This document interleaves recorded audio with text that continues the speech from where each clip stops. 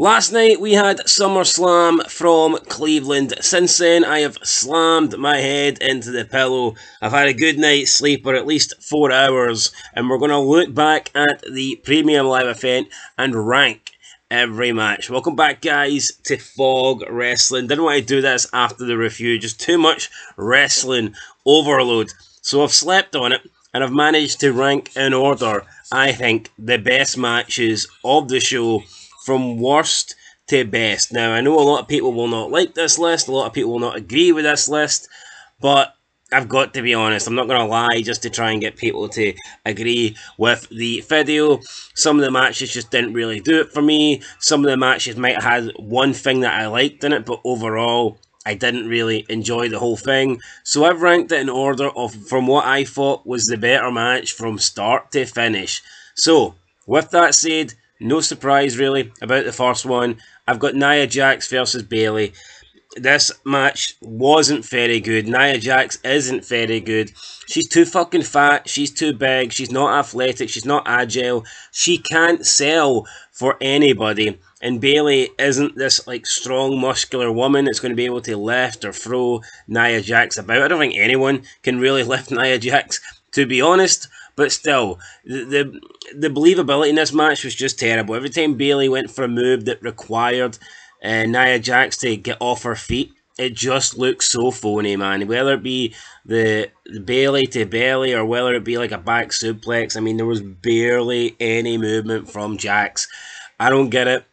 I know she's big, I know she's fat. Maybe try fucking helping your opponent, maybe try jumping or something.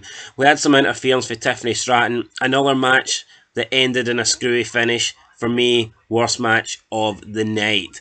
Coming in second place, we had Braun Breaker versus Sami Zayn. Now, the match itself wasn't bad. It was a quick match, not exactly a squash match, but we had Braun Breaker win relatively quickly, which is probably the correct thing to do, but the reason for me that it's probably this far down the list is A, do not like Sami Zayn, do not care for Sami Zayn, and B, we've already seen this match and Braun Breaker should already be champion. So all this really did was right the wrong, in my opinion, of the last premium live event. Yeah, we've seen Braun Breaker hit a spear, Sami's going for the haluva kick, Braun Breaker hits the spear. Thought that was a nice wee, not a transitional move, but a good counter there for Braun Breaker, leading into, the super spear, whatever he calls it, the crisscross spear from rope to rope, and he picked up the win. So good to see Braun Breaker be Intercontinental Champion, but in my opinion, this should have happened on the last show. So yeah, I'm putting it second last.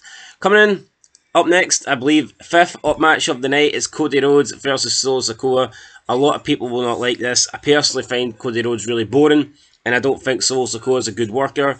I've never really been impressed with Solo in the ring. His style, everything is boring. He doesn't have that main event aura about him. In fact, in my opinion, he's a mid-card guy at best. I mean, people call the Usos mid-carders. Well, if they're mid-carders, then I guess Solo Sikoa is lower-carder, because the guy fucking sucks. Really boring match. Arguably the worst match of Cody Rhodes' run so far. I would say so. I think both matches against AJ were better, and the match against Logan Paul was better. Now, this one did pick up, I guess, because of the interference, but how many times have we seen Owens and Orton come out to help Roman? It's the same old shit. Roman Reigns coming back, taking out Solo. That was good. I like that. And to be honest, that's probably why it's this high.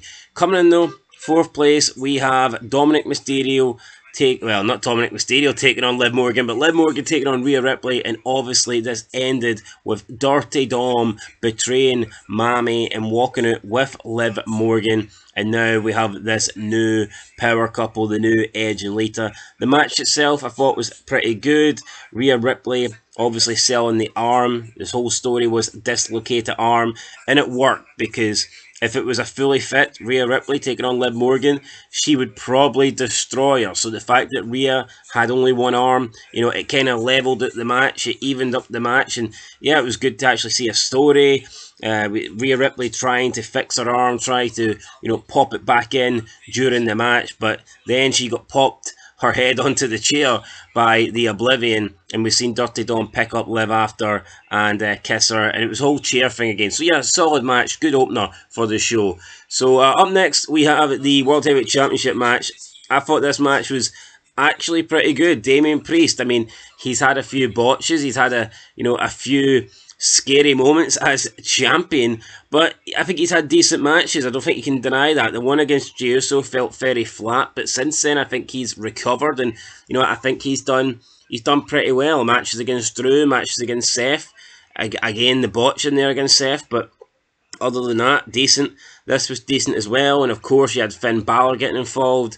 Judgment Day imploding at the end after Balor screws Damian Priest. He puts Gunther's leg, on the bottom rope to stop the Priest cover. Priest tries to get at Balor. He gets choked out. I'm back, and whoever just tried phoning me on a Sunday deserves to be choked out. But anyway, yeah, Priest gets choked out after trying to get to Balor, who screwed him. Gunther becomes the new champion. Decent match, decent turn, but again, another screwy finish. Right, let's move on to the next one. LA Knight finally defeats Logan Paul. He takes the United States Championship from Logan Paul with a new US champion. Yeah, but I'm not going to bash Logan Paul. Defense-wise, sucks to only 2 title defenses in almost 300 days or something like that. But he is good in the ring. Logan Paul, I think, is a good heel. It's just a shame he's not around more. If this guy was ready to commit, if this guy could do a full-time schedule, then I think he'd be scary. I think he'd be one of the top guys in the company. But, I mean, at the moment, only being part-time, there's only so high I can put him. But very good match. Logan Paul pulling off a crazy springboard flip to the outside, springboard moonsault. But nice to see LA Knight win. I think it was the right winner, so I'm glad to see LA Knight getting championship gold. In my opinion, he should be going for the world title. But, I mean, whatever. US Championship's better than nothing. And this was the second best match of the night, in my opinion. And then we move into the... and this should have been the main event. It wasn't, but whatever. It should have been the main event. CM Punk, Drew McIntyre. Now, people are going to complain about the bracelet, and I get it. It's a little bit fucking lame.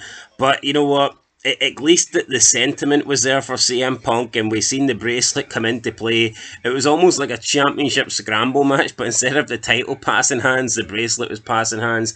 I thought Drew and CM Punk put on a really good match. Seth Rollins being out there definitely added something in the referee. I enjoyed Punk hitting Rollins with a GTS after Rollins says, "Not everything is about you."